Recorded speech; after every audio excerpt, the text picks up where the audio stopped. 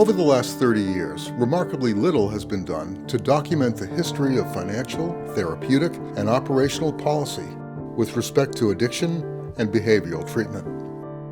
As part of our mission, C4 has developed a series of films capturing this important oral history. The average person with an opioid addiction, 7, 8, 9 times encounters with treatment before things start. It's that onion, you peel off different levels, and finally you get to that point where you make the turn. If you're lucky enough to be alive with the fentanyl that's out there today, which is the scary thing. Tim Chaney is an advisory board member and education chair of the Substance Abuse Services Commission in the state of Maine. Chaney is also founder of ENSO Recovery, an outpatient treatment program that specializes in medication-assisted treatment of opioid use disorders in Westbrook and Sanford, Maine. Utilizing a treatment approach rooted in the harm reduction philosophy, ENSO provides mobile, free naloxone and syringe exchange services. In partnership with the City of Portland Department of Public Health, the Portland and Sanford Police Departments, the Cumberland County Drug Court, and the correctional institutions in both Kennebec and York counties. My recovery journey sort of started, or the whole landscape, because it is a continuum. And there's, today's peacock can be tomorrow's feather duster. So I started using it at a very young age, and I started going into rehabs when I was 14 and a half years of age, was my first rehab. And I started living in the streets shortly after 15 years of age, and became a heroin addict, and had quite the illustrious career in that area. So I was in a lot of different institutions between when I was a child and I had a TBI. So I had a couple of behavioral things with a TBI, but afterwards I had 42 different behavioral treatment admissions, whether it be concept TCs like Daytop or all the different modalities, etc. So it was a long journey till I came into abstinence-based recovery. But I spent 13 years on methadone maintenance, and I never went to high school. I worked my way through college, mostly in the combat zone, working security at night, making sure the ladies of the night paid for the room every time they came in, because there wasn't a parking meter upstairs. And that's how I worked my way through college. And then I went to work afterwards as sort of the token person with a substance use disorder. And back then they would call it the token junkie. And I went to work in the research department for the City of Boston Drug Treatment Program. I was hired by the mayor's coordinating council on drug abuse. And I ended up running their research department and doing all the work for NIDA, for epidemiological work for NIDA. And so I was on methadone. And to dispel any myths about MAT, I worked my way through college. I graduated in the top 12 out of 5,000 students. And I published on MAT. So I'm a firm believer in MAT for many. And many pass to recovery, many pass in recovery. After I came into abstinence-based recovery, first I worked in the jails in New Haven, and I was doing that work.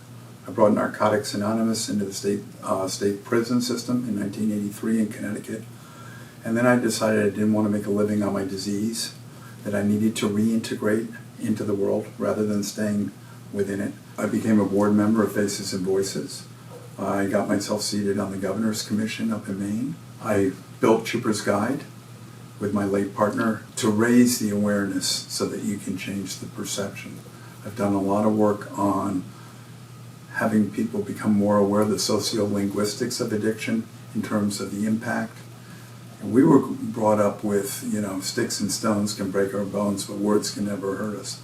It's sticks and stones can break our bones, but words can kill us. And so what we've done, especially with the opioid, because it is illegal as opposed to alcohol where you can walk into a store and get it, people are cast into what is known as a secondary deviant subculture from a sociological perspective. And they become the label. And then there's a whole separate subculture that exists. So we have, not only do we have the opioid addiction to deal with, but we also have the reacculturation and reintegration of that individual back into the community. And even if they're willing, getting the community to want them back. They're the biblical lepers of the 21st century. Okay? And we've cast them into that deviant secondary subculture.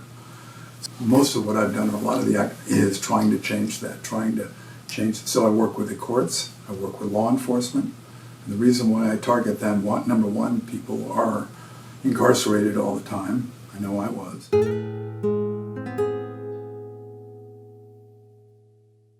There are two types of social controls. One is formal and one is informal social controls. The informal are parental, school, church. Those don't have any control anymore. Okay?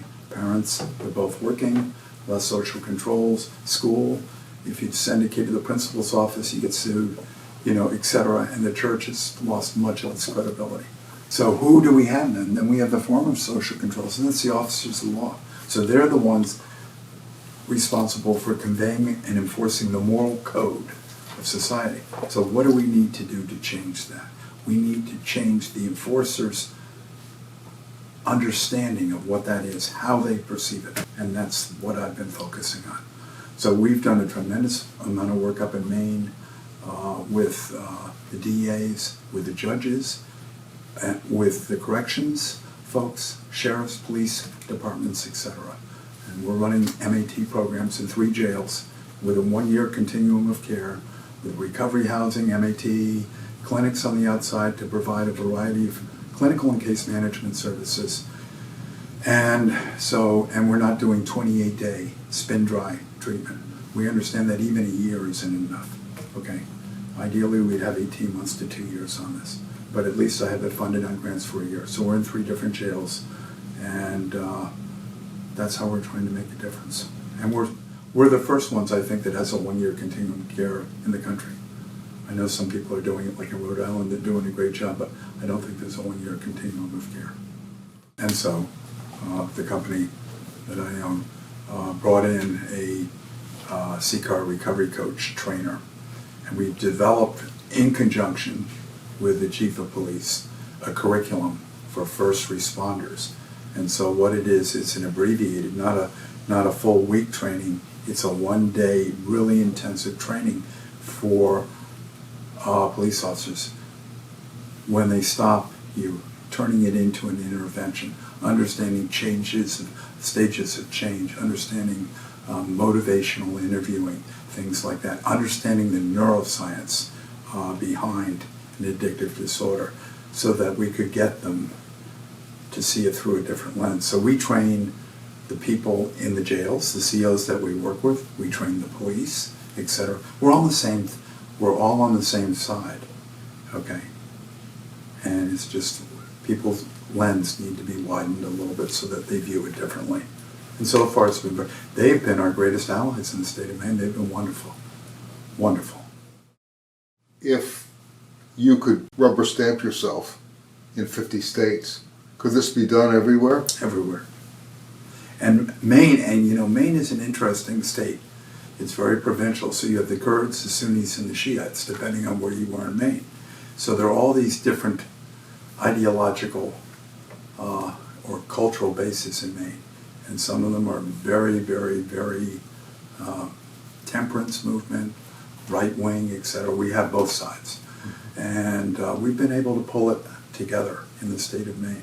So now all the counties are all talking and working together. We all have a common objective, and we are collaborating and creating policies, procedures, and then action plans to implement these things. So we're making it happen up there. I think it can be done anywhere as long as you have the people who are capable of doing it. It's not impossible. Awesome. And I think it's going to happen. Yeah. Yeah. Well, change is coming. Change is happening, not just coming. Yeah. It is happening. Yeah. Well, obviously, by what you're doing in the state of Maine. Thank you. Really? And it's my lifelong dream, and I'm very grateful that I had the resources from what I did in the business world to be able to do this. Yes. Because it's not a money deal. Right. It's a mission deal. Yeah. And I think a lot of the industry needs to get back and realize that first and foremost, it's the mission that counts, saving lives. Right. It's not about the money, it's about the mission. The money may come, may not, depending. Yeah. But that's not what this whole thing is about. And that's where we got derailed.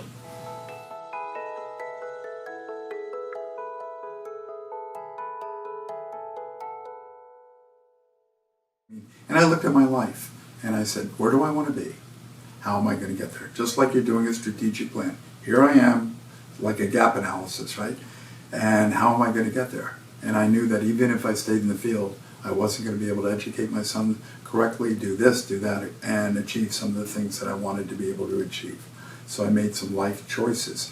But I also realized that if I were going to truly reintegrate and feel whole and accepted, I had to live in that community and be a community member rather than almost in a subculture of addiction recovery. My life had to be bigger than that. Okay? Otherwise, what I'm doing is what society does. I'm partitioning myself from society. So I realized that when I had a year in recovery. And I was fortunate enough that I acted on what I realized. You know, you can always tell when you've made a brave but necessary movement in your life, because it is scary. It asks everything of you, and promises really Nothing. nothing. That is correct. Yeah. What I'm saying is many pass to recovery, many pass in recovery. Yeah. And that one size does not fit all. And everybody has a different journey depending on the extent of their trauma, this, that, etc. Some people it takes longer. The average person with an opioid addiction, 7, 8, 9 times encounters for treatment before things start. It's that onion, you peel off different levels, and finally you get to that point where you make the turn. If you're lucky enough to be alive with the fentanyl that's out there today, which is the scary thing.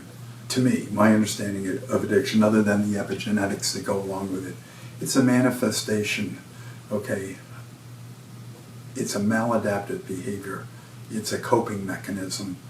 And we have the social isolation, the spiritual isolation that permeates society today, especially the way it is today. It's self-medicating the pain, the futility, the lack of connection.